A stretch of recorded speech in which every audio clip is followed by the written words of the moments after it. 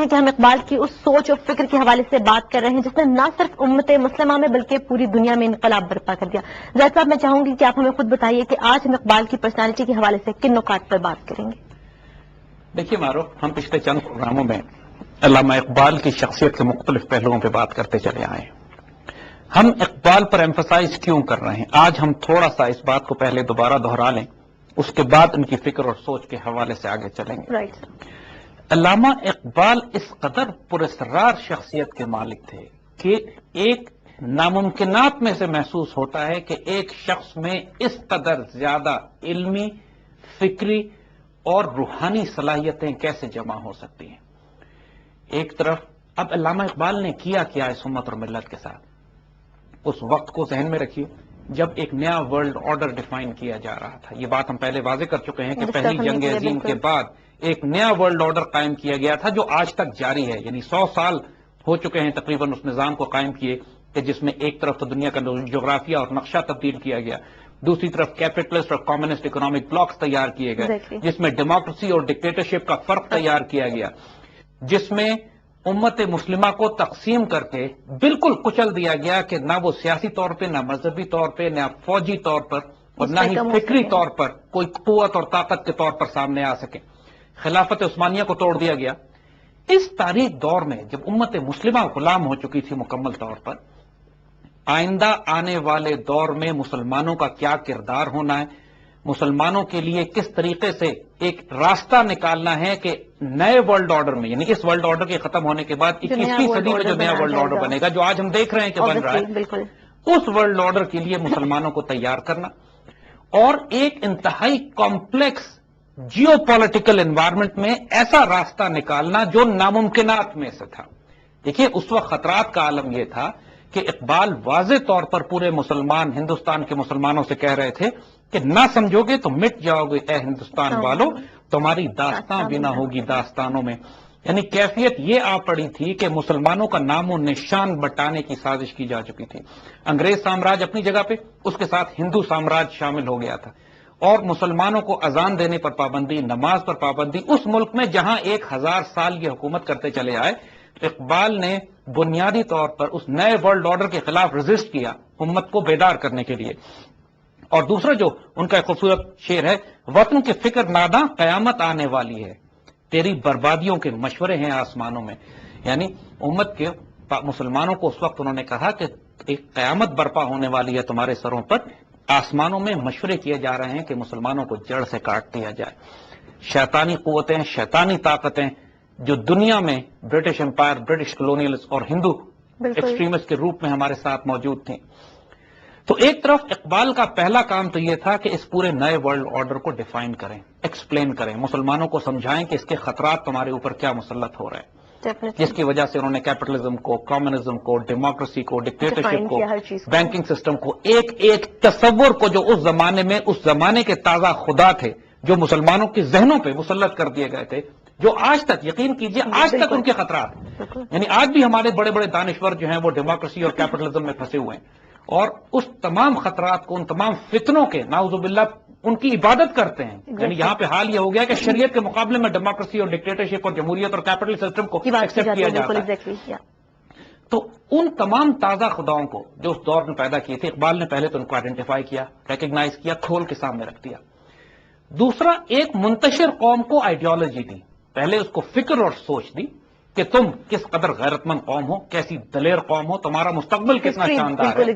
اپنے ماضی کی تاریخ اس کو بیان کرتے ہوئے اس کے حال کو اینالائز کیا تاکہ اس کا مستقبل اس کے سامنے واضح کیا جائے. جب ہم پاکستان کو کہتے ہیں نا کہ ترجمان ماضی شان حال جانے استقبال، یہ بالکل یہی ایگزیکٹلی علامہ اقبال نے کیا کہ ترجمان ماضی بھی وہ تھے، شان حال بھی تھے اور جانے استقبال بھی تھے، کہ آنے والے دور کی جو دھندلی سی تصویر انہوں نے امت کو دکھائی، اپنی اسٹریٹجی بنائی، 2 خواب دکھائے، ایک ہم ملک بنائیں گے، خطہ بنائیں گے، پھر اس خطے کو ہم مرکز بنائیں گے اس بات کا کہ امت مسلمہ کے احیاء کے لیے وہ مسلمانوں کا ایک خطہ زمین، مسلمانوں کا ایک بیس، ایک مرکز بن سکے، جو کہ اس 21ویں صدی کے آنے والے دور میں مسلمانوں کا ایک ایسا قلعہ ہوگا، امت مسلمہ کا ایسا ایک قلعہ ہوگا کہ جو امت مسلمہ کی عزت آبرو کی حفاظت کرے گا. یہ ہم اپنی طرف سے نہیں کہہ رہے. اقبال نے کہا کہ جب یہ بات کہی کہ کیوں ہندوستان میں کیوں یہ سارا معاملہ کیا جائے، یہ آخر خلافت ترکی میں تھی بالکل۔ اور تمام. تو اس پر اقبال کہتے ہیں کہ ہے اگر قومیت اسلام کی پابند مقام، ہند ہی بنیاد ہے اس کی، نہ فارس ہے نہ شام. دیکھیے کہا کہ اگر ہم نے کوئی ریزن نیشن بتا دیں اسٹیٹ بنانی ہی بالکل۔ ہے، اگر اسلام میں مجبوراً ہمیں کوئی نیشن اسٹیٹ بنانی ہی پڑ جائے، وہ ہم آگے بتائیں گے کہ مجبوراً کی بات انہوں نے کیوں کہی، رائٹ۔ اگر ہمیں نیشن اسٹیٹ ہی بنانی پڑ جائے تو ہند اس کا مقام ہے.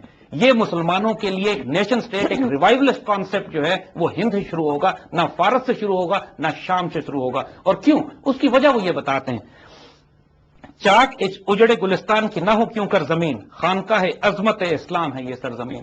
کہ اس جگہ یہ زمین جو ہندوستان کی زمین ہے، اسلام کی اجڑی ہوئی داستان، اسلام کی جو عظیم و شان داستان، اسلام کی جو خانقاہ بن چکی یادگار ہے، ہے، بالکل۔ اس کی یہ یادگار زمین ہے.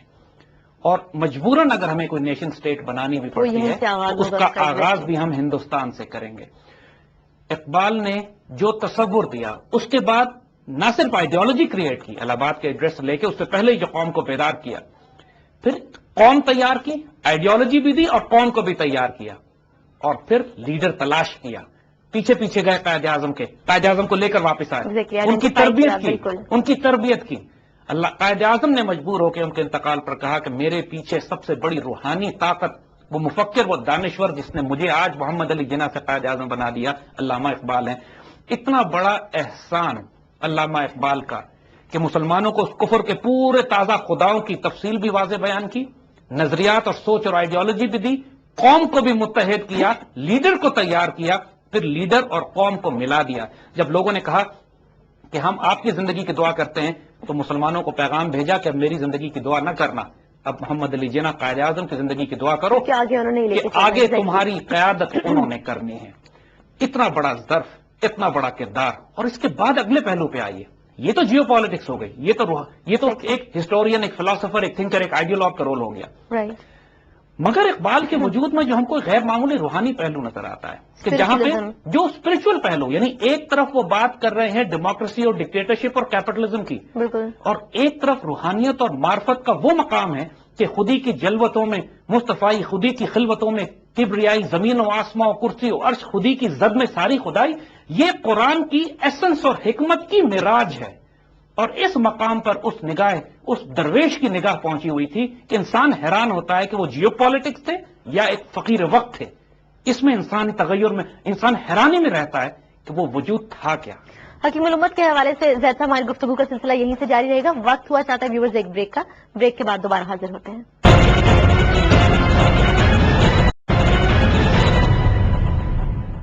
Welcome back viewers, you watching brass tacks. Zaid صاحب بڑے خوبصورت اشعار کا سلسلہ جاری تھا، پلیز اپنی گفتگو کو آگے بڑھائیے.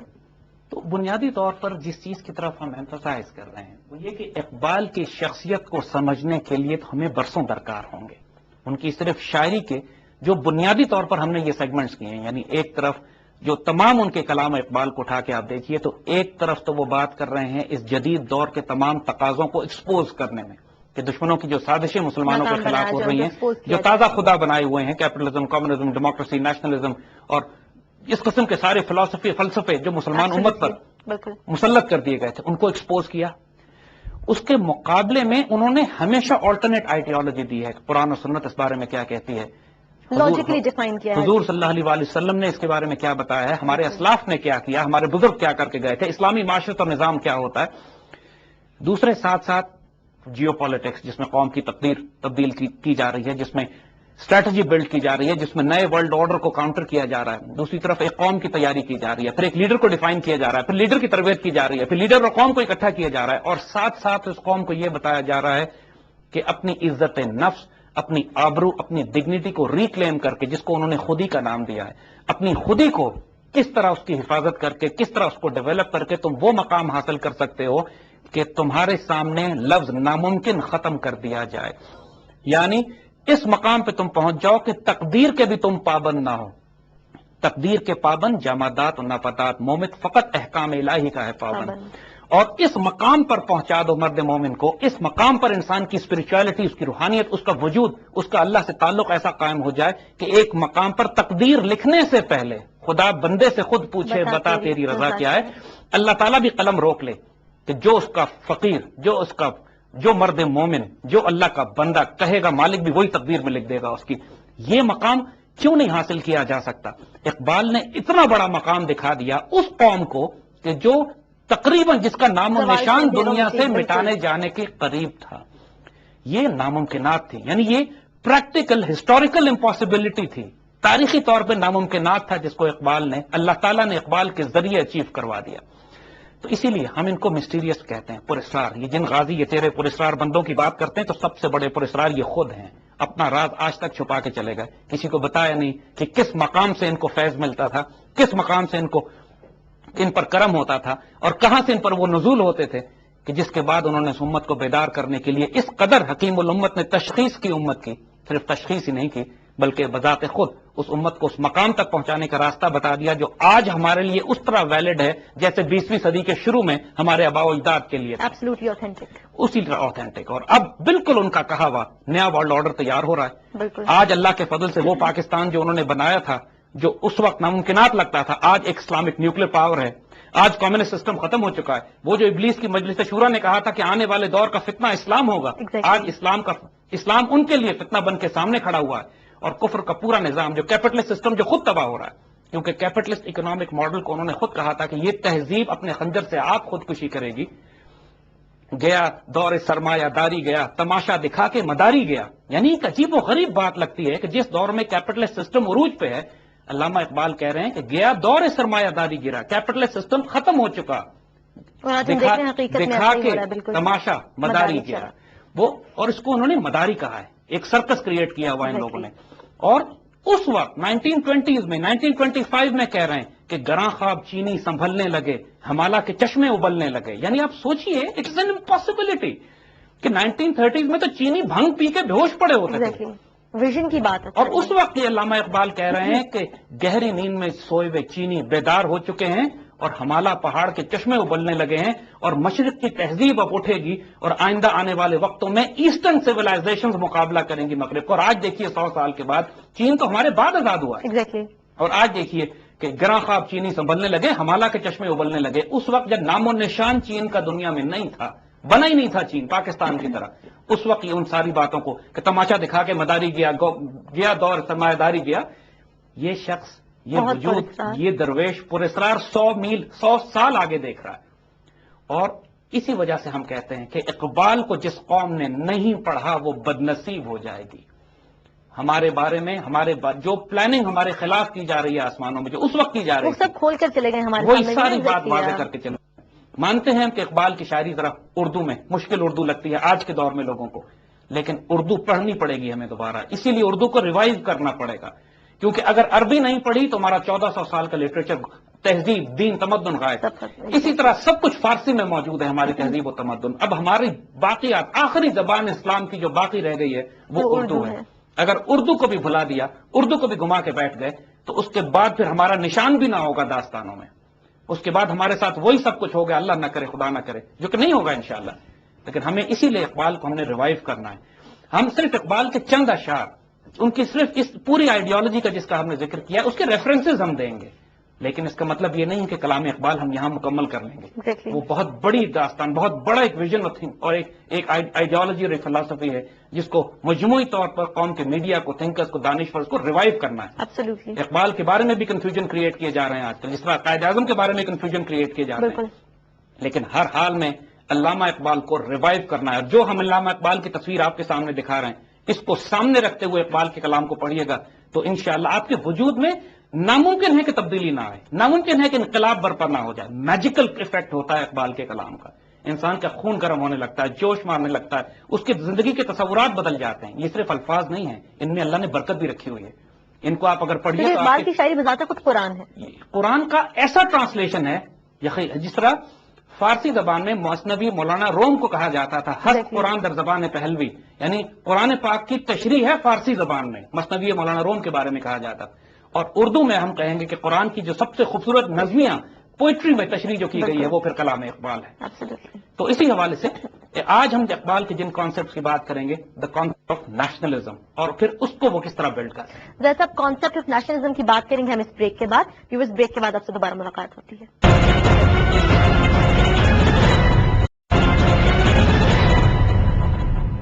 ویلکم بیک ویورز، آپ دیکھ رہے ہیں پروگرام براس ٹیکس. زید صاحب کانسیپٹ آف نیشنلزم کو ڈیفائن کیجیے. یہ دیکھیے، جس طرح نیشنلزم کی بات بنیادی طور پر نیشنلزم کا کانسیپٹ اسلام کا نہیں، امت مسلمہ کا جو تصور اس کے مقابلے میں ہے وہ مسلم امت کا ہے. ہمیشہ مسلمان ملت، مسلمان امت ایک وجود ہوا کرتی تھی.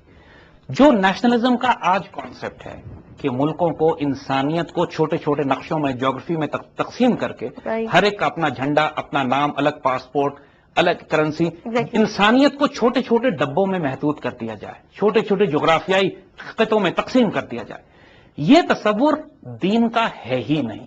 یہ ریڈیکلی اپوزٹ ہے دین کے تصور کے ساتھ. علامہ اقبال نے جب اپنی شروع کی شاعری شروع کی، جب ان کا ذہن اتنا پختہ نہیں ہوا تھا، جب وہ تربیت کے مراحل سے نہیں گزرے تھے، ہندوستان چھوڑ کر ولایت جب وہ نہیں گئے تھے، کیونکہ بنیادی طور پہ انقلابی تبدیلی ان میں ولایت جا کر آئی، اس سے پہلے یہ 1904 1902 بالکل اس زمانے کی بات ہے کہ جب ان کی پریکٹیکلی ان کو کوئی جانتا بھی نہیں تھا.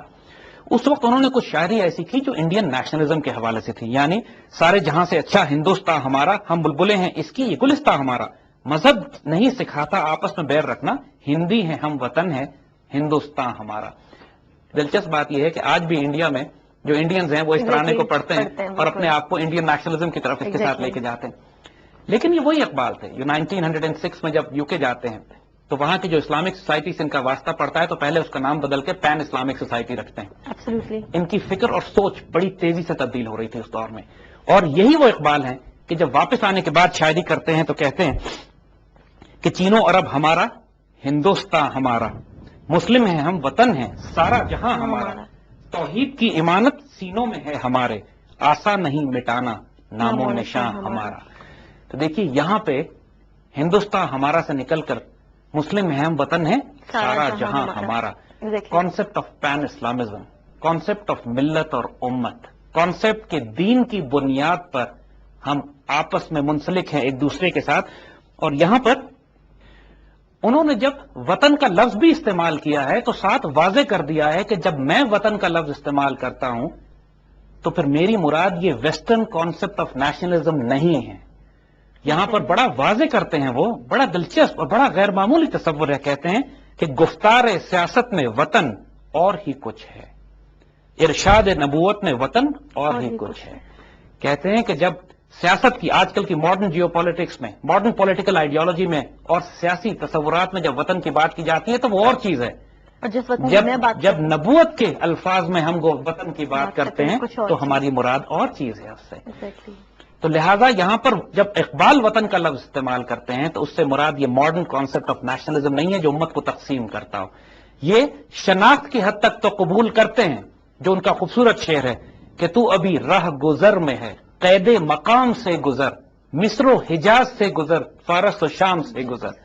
تو وہاں پہ وہ یہ تو مانتے ہیں کہ مسلمان کسی صورت میں بھی ایک مقام پر محدود نہیں ہو سکتا، مسلمان کسی جیوگرافک اینٹیٹی میں پابند نہیں ہو سکتا، مسلمان فارس، شامی، عربی، اجمی میں تقسیم نہیں کیا جا سکتا. ریکمینڈ کر رہے ہیں، سختی کر رہے ہیں مسلمان نوجوان پہ کہ تو ابھی راہ گزر میں ہے، قید مقام سے گزر، مصر و حجاز سے گزر، فارس و شام سے گزر.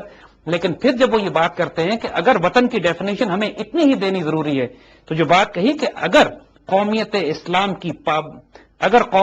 اسلام کی پابند مقام ہند ہی بنیاد ہے اس کی، نہ فارس ہے نہ شام.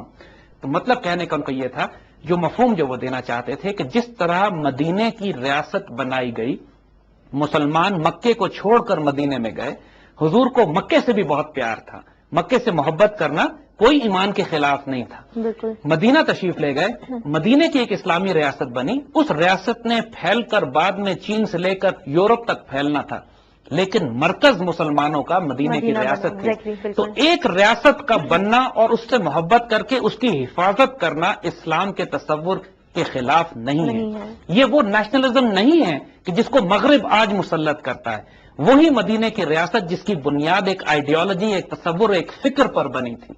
بالکل اسی تصور کے تحت انہوں نے پاکستان کے قیام کا تصور دیا کہ ہم اس ہندوستان کے ایک حصے سے جغرافیہ کاٹ کے ایک ملک بناتے ہیں اسلام کے نام پر، اسی بنیاد پر جس بنیاد پر قریش مکہ سے الگ ہو کر مدینے کی ریاست بنائی گئی تھی، اسی بنیاد پر ہم ہندوستان کے مشرکوں سے الگ ہو کر پاکستان کا مدینہ بناتے ہیں.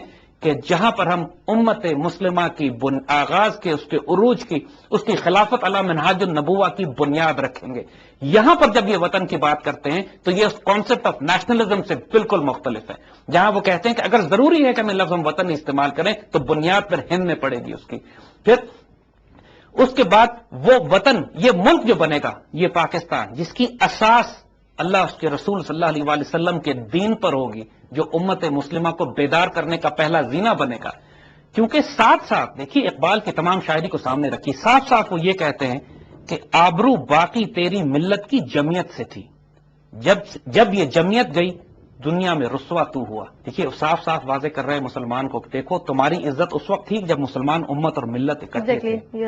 جب تم نے نیشنلزم میں تقسیم کر لیا اپنے آپ کو، جب تم نے مسلمانوں کی جمعیت سے اپنے آپ کو توڑ کر الگ کر لیا، ایک الگ الگ چھوٹے چھوٹے ملک بن گئے تمہاری آبرو بھی گئی، دنیا میں رسوا ہوئے تم. خلافت عثمانیہ کو توڑ کے 40 ملک نکالے انہوں نے. خلافت عثمانیہ کے آگے جرأت نہیں ہوتی تھی ان کی. مدینے کی ریاست بھی ایک ریاست تھی جو پھیلتی چلی گئی چین سے لے کر افریقہ تک اور یورپ تک، اسی ایک ریاست میں. لیکن جب مسلمانوں کی جمعیت ٹوٹتی ہے، جب مسلمان مختصر ہو جاتے ہیں، اسی وقت سے دنیا میں رسوا ہونا شروع ہوتے ہیں. فرد قائم ربط ملت سے ہے تنہا کچھ بھی نہیں، موج ہے دریا میں اور بیرون دریا کچھ بھی نہیں. یہ مشہور شعر اقبال کا واضح کر رہی ہے. فرد کے لیے بھی ہے، جب ہم پاکستان میں ہوتے ہیں تو ہر پاکستان کا مسلمان اس کی شناخت اس پاکستان کے ساتھ ہے، اور جب ہم ملت کے ساتھ ہوتے ہیں تو پاکستان کی عزت اور آبرو ملت اسلامیہ سے وابستہ ہے. یہ نہیں ہے کہ پاکستان ملت سے الگ اپنی کوئی شناخت یا کوئی آئیڈینٹی رکھ سکتا ہو اور باعزت بھی ہو اگر ملت کو تنہا کر دے تو ہم نیشنلزم کے اس تصور کو تو اقبال قبول کرتے ہیں جو مدینے کی ریاست سے منسلک ہے. وہی نیشنلزم اسلام کی ڈیفینیشن ہے، اسلام کی تشریح ہے، اسلام کی ضد اور اس کا مخالف نہیں ہے. نیشنلزم کے کانسیپٹ کو جیسا آپ نے بہت کلیئرلی واضح کیا. اس وقت ہوا چاہتا ہے ایک بریک کا. بریک سے دوبارہ آ کے اپنی گفتگو کا سلسلہ یہیں سے جاری رکھیں گے.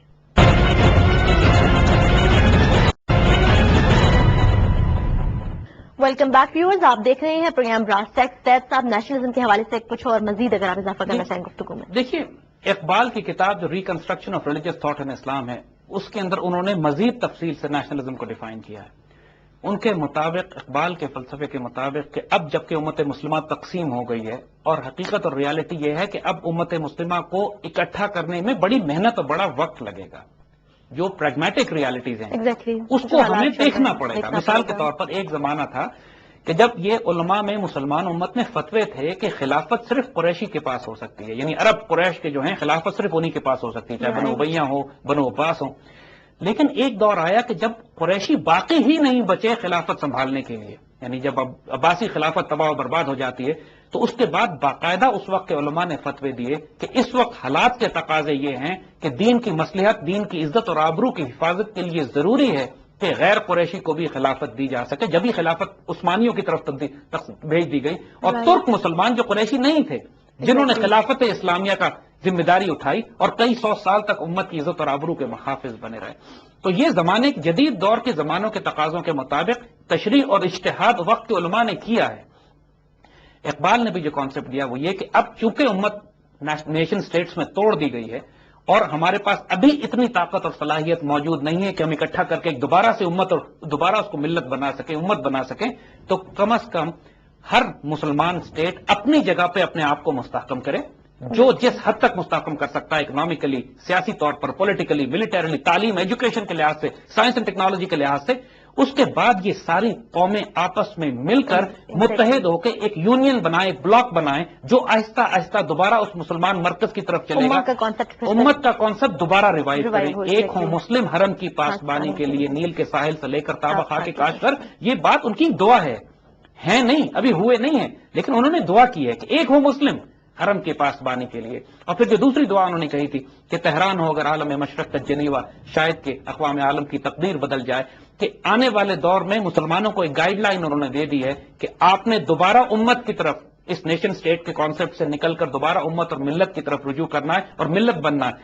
دیکھیے 1400 سال کی مسلمان تاریخ میں یہ کبھی نہیں ہوا کہ ایک مسلمان کو دوسرے مسلمان علاقے میں جانے کے لیے ویزا یا پاسپورٹ کی ضرورت پڑتی ہو. بالکل یہ ایک غیر معمولی تصور ہے جس کی دین میں کوئی بنیاد نہیں ہے. مسلمانوں میں چاہے صرف کافی تھا کہ وہ مسلمان ہیں، اس کو پوری دنیا کے مسلمان علاقوں میں جانے، تجارت کرنے، رہائش رکھنے، شادیاں کرنے، اپنے آباد خاندانوں کو آباد کرنے کی پوری کھلی اجازت ہوا کیونکہ کرتی یورپ میں تھی۔ سر یہ ہو رہا ہے، انہوں نے اپنی 15 کنٹریز کا ایگزیکٹلی، اب یہ یورپین یونین کو یہ کر رہے ہیں، اب Exactly. نارتھ امریکن یونین کو یہ بنا رہے ہیں۔ مسلمان جب یہ کرنے کی کوشش کرتے ہیں تو ان کی جان نکلتی ہے، اس لیے کہ ان کو ہماری امت اور ملت کے تصور کا اندازہ ہے۔ جب مسلمان ایک ملٹری الائنس بنانے کی بات کرتے ہیں، جب مسلمان ایک اکنامک بلاک بنانے کی بات کرتے ہیں، جب مسلمان کہتے ہیں کہ ہم اپنے درمیان سرحدیں ختم کر دیں، اپنے درمیان ویزا اور پاسپورٹ ختم کر دیں، مسلمان امت اور ملت کو 60 ملکوں میں تقسیم کرنے کے بعد اب مسلمان ممالک کو مزید چھوٹا کر کے 120 ممالک میں تقسیم کرنا چاہتے ہیں، جو نئے جغرافی اور نئے میپ کی بات کی جا رہی ہے۔ تو یہ وہ تصور ہے جس کے بارے میں اقبال نے صاف صاف کہا ہے کہ آج کے دور میں یہ جو نیشنلزم ہے، نیشنلزم کا جو کانسیپٹ ہے، یہ جو لباس پہنتا ہے نیشنلزم، اصل میں یہ امت اور ملت کا کفن ہے۔ یعنی مسلمان ملت جو کفن پہنے گی وہ لباس ہے آج کل کے وطن کا، یعنی جو کانسیپٹ آف وطن جو ماڈرن ویسٹرن سوسائٹی اور کانسیپٹ میں ہمیں دیا جا رہا ہے۔ Exactly. لیکن ہم جب ایک پاکستان کی ریاست سے محبت اور پیار کی بات کرتے ہیں تو یہ اسی نسبت سے کی جاتی ہے جس نسبت سے اقبال نے تصور دیا ہے کہ ریاست اور خطہ مدینے کی طرح ہمیں چاہیے، لیکن ہماری فکر، سوچ اور عقلیں محدود نہیں ہیں۔ ہمارا ایم، آبجیکٹو اور مشن یہ ہے کہ اس جگہ مسلمان ری گروپ کریں گے، اپنے آپ کو ری آرگنائز کریں گے، اس خطے کی اسی طرح حفاظت کی جائے گی جیسے مدینہ کی حفاظت کی جاتی ہے، اسی طرح اس پہ جان مال، عزت اور آبرو قربان کی جائے گی جیسے مدینہ کی ریاست کی دفاع اور حفاظت کے لیے مسلمانوں نے جان کی قربانی دی تھی۔ تا وقت ہے کہ مسلمان اتنے مضبوط ہو جائیں کہ ایک مسلم حرم کی پاسبانی کے لیے نیل کے ساحل سے لے کر تابہ خاک کاشغر، یہ وہ تصور علامہ اقبال نے جو ریڈیکلی ڈفرنٹ ہے، بالکل ڈفرنٹ ہے اس ویسٹرن کانسیپٹ آف نیشنلزم سے۔ اسی لیے ہم مسلمان اس تمام تاریخ کو اون کرتے ہیں۔ ہم کہتے ہیں بڑے شوق سے کہ ہم نے خلافت عثمانیہ ہم نے قائم کی، اسپین پر ہم نے حکومت کی، بالکل صلیبی جنگیں ہم نے لڑی، صلاح الدین ایوبی ہم میں سے تھے۔ اور یہ مغرب کو یہ بات سمجھ میں نہیں آتی کہ یہ مسلمان امت کے اس تصور سے اتنے obsessed کیوں ہیں۔ اس لیے ہم obsessed ہیں کہ ہماری جینز میں، ہمارے ڈی این اے میں، ہمارے رسول صلی اللہ علیہ وسلم نے اس کو اس طرح داخل کر دیا ہے ہمارے وجود میں کہ جو مرضی مسلمانوں کو نیشن سٹیٹس میں تقسیم کر لیں، ہم امت کے تصور سے دور نہیں ہو سکتے۔ یہ ہمارے وجود کا حصہ ہے۔ لیکن مسلمان خطے جو اس وقت تقسیم ہوئے پڑے ہیں، ہر خطے کو اپنی اپنی جگہ متحد ہو کے، کوشش ہو کے، آرگنائز کر کے اس قابل ہونا ہے کہ ہم دوبارہ ایک ایک کر کے ری گروپ ہو سکے، کنفیڈریشن، ایک ایک کر کے ہم جڑتے چلے جائیں آپس میں، ایک امت ایک ملت بن جائے۔ اور یہ تمام کوششیں مسلمانوں کو کرنی ہے، ہمارے تمام تھنکرز اور فلاسفرز اور آئیڈیالوگس کو ہمیں اسی طرح اپنے مسلم یونین بنانا ہے، یونائٹڈ اسٹیٹس آف اسلام بنانا ہے، جس طرح very well said, European Union اور یونائٹڈ اسٹیٹس آف امریکہ بن سکتے ہیں، تو یونائٹڈ اسٹیٹس آف اسلام کو یہ کیسے روک سکیں گے؟ انشاءاللہ جب تک یہ تصور ملت کا قائم ہے، انشاءاللہ یہ قائم ہو کے رہے گا۔ زیادہ تر نیشنلزم کے کانسیپٹ کو تو آپ نے بہت کلیئرلی آج ڈیفائن کر دیا ہماری پوری ویورز کے لیے، لیکن میں چاہوں گی کہ ویسٹرن کانسیپٹ کے حوالے سے بھی ہم بات کریں کہ اقبال نے ویسٹرن سویلائزیشن کے بارے میں کیا کہا، خاص طور پر ان کی شاعری جو ہے اس بارے میں کیا کہتی ہے۔ لیکن یہیں سے ہم گفتگو کا سلسلہ جاری رکھیں گے، اس بارے میں بات کریں گے۔ ویورز، وقت ہوا چاہتا ہے ایک بریک کا، بریک کے بعد ویسٹرن سویلائزیشن کے حوالے سے زید صاحب آپ کو اپنی اشعار کی صورت میں جو ہے آپ کو اپنی گفتگو سے جو ہے مستفید کریں گے۔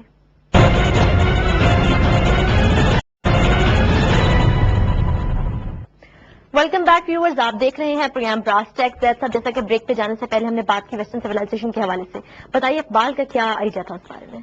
دیکھیے، ویسٹرن سویلائزیشن کے جو پھل وہ ہماری طرف بھیج رہے تھے سیاسی اور معاشی تصورات کے طور پر، اس کو تو ہم اچھی طرح ایکسپلین کر چکے ہیں کہ اقبال نے ان کے بارے میں کیا کہا۔ بالکل، ڈیموکریسی کے بارے میں اقبال کی رائے کیا ہے، ڈکٹیٹرشپ کے بارے میں، کیپٹلسٹ سسٹم کے بارے میں وہ کیا کہتے ہیں، کمیونزم کے بارے میں انہوں نے کیا، نیشنلزم کے بارے میں انہوں نے بڑی کیا ڈیٹیل میں بیان کیا۔ ایگزیکٹلی، یہ بالکل واضح ہو گیا، اور یہ ظاہر ہے کہ اس کے بعد جو ویسٹرن سویلائزیشن ہے، مغربی تہذیب ہے، اس کی مورالٹی، اس کے اخلاقیات، پھر اب اس کی بات کی جائے گی۔ علامہ اقبال جب 1906 میں یورپ گئے تو اس نے ان کے وجود پر بہت گہرا اثر ڈالا ہے۔ انہوں نے اس کو، تہذیب کو بہت قریب سے دیکھا، اور اس قدر It's time to hug your super mom. جیتنے کا سپر ماں انعام، یعنی سال بھر کا خرچہ ہماری طرف سے۔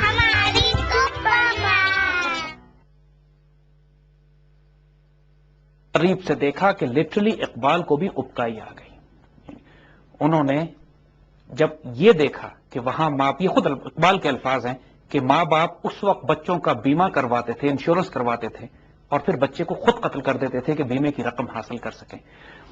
جو انسانیت کا وجود انہوں نے اس کے بعد آنے والے دور میں پہلی اور دوسری جنگ عظیم میں انسانیت کی ذلت دیکھی ہے وہاں, اس مغربی معاشرے کو دیکھا ہے, جس قسم کا قتل و غارت ان سو کالڈ تہذیب یافتہ قوموں نے انسانیت کا کیا ہے, کہ جہاں کروڑہا انسانوں کو اس طرح بے درے قتل کیا گیا, جس طرح وہ فائر بامبنگز کرتے تھے, جس طرح نیپام بمز اور جس طریقے سے آتشی اسلحہ استعمال سویلین آبادی پہ, عورتوں اور بچوں پہ ہوتا تھا, اور سب کچھ وہ قومیں کرتی تھی جو مغرب کی جمہوری قوتیں تصور کی جاتی تھی, یورپ, امریکنز.